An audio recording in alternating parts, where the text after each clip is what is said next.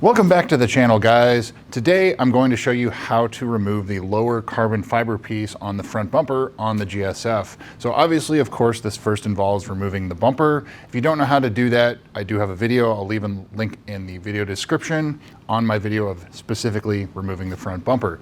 But we're gonna jump past that and just jump right into it. So I'm gonna show you the process that's involved. It's a very delicate procedure. This front grille, as you've seen and heard me talk about before, this front grille is like $12,000 to replace. So it is very important that you are very careful with it when you're doing this. If you break things, things will get expensive very quickly. So without further ado, let's go ahead and jump into it. I'm gonna switch to my voiceover and I will walk you through the whole process. So here we go. I'll also be replacing the grille surround, not just the carbon fiber piece, but you can see mine is wrapped with vinyl right now. Here's the parking sensors and the lower grills, and you can see that my bumper actually has some overspray because the bottom of the bumper was touched up and repainted off of the car. And there's the radar cruise control sensor. So the first thing you're going to do, there are 13 Phillips head screws all throughout the grille surround. So you're going to remove those first. Take your time, and then we'll talk about the clips.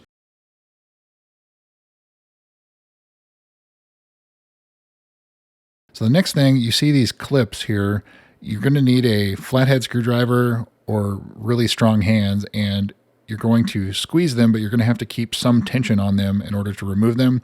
And then the seal at the top, there's 2 on each side of those little press-in clips that you're going to have to release from underneath and push them up. The rest of the seal is fine unless you're actually replacing the grille. 2 on each side, and then you can see it's loose.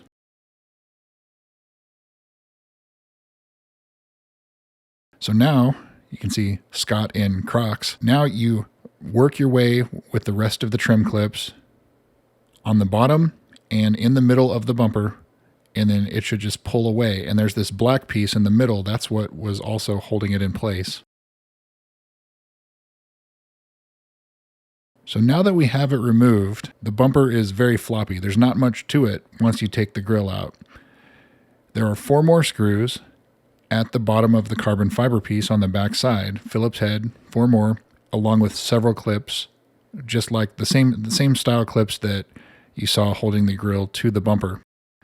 And I didn't film this very well, but there's 4 or 6 more screws right in the middle that you'll also need to remove. So you can see how these clips work. They're very fragile. So you're also prying against a piece of carbon fiber. So it just needs just a little bit of tension to remove it. You kind of have to hold against it to keep the clip from popping back into place. But there are several of these all along the bottom. And once you release them, you'll know it'll move just a little bit. So now that we have the carbon fiber piece off, the grille, if you're going to replace the surround, the grille has several clips all around it and in the middle. So the grille, there's an upper grille and a lower grille. Once you get the middle clips removed and the clips on the carbon fiber piece on the back of it, the lower grille should just lift right out. Be very careful. This piece is very fragile. So next up, if you're just replacing the carbon fiber piece, there's more clips at the bottom that will release to remove it from the grille surround. Once you get those removed, and again, you're dealing with actual carbon fiber here, not plastic, so be very careful when you're doing this. Take your time to remove each of the clips, and then the carbon fiber piece will slide out from the grille surround. So you can see I was fighting it quite a bit on the one side. The other side came off pretty easily, and then there is the carbon fiber piece, of course wrapped in vinyl. So with 55,000 miles, you can see that this piece is pretty beat up, very pitted. The rest of the car had paint protection film on it, but this piece did not. And so the previous owner had wrapped it in carbon fiber look vinyl, so it looks more presentable than how it looked here. I'm going to send this part off to SMA Fabrication in Florida, so he'll redo it for me. And here is the part number. It's called a radiator molding. And then if you are replacing the grille surround, the chrome piece, there's the part number for that as well. And of course, the reverse is the exact same, but if you're replacing the upper grille also, it's just the same as the lower grille. There's several of the clips you have to release, and then everything just snaps back in. So as I'm reassembling it here, this is the new grille surround piece. I can't reiterate enough how fragile everything is. So just take your time. Don't try to force any of these clips in. You'll bind them up and snap them. Take your time. Sometimes if you have an extra set of hands available, it's not a bad idea to hold things in place, but definitely do it on a blanket like I'm doing here, something to prevent it from getting all scratched up. So now we're going to reassemble everything. So everything's back clipped in place. Going to put the screws back in and reassemble otherwise. This is a piece that you see gets painted in a lot of front end accidents, and it's easy to see through the grille if it was done. And it's just a foam piece of rubber that sits behind the grille.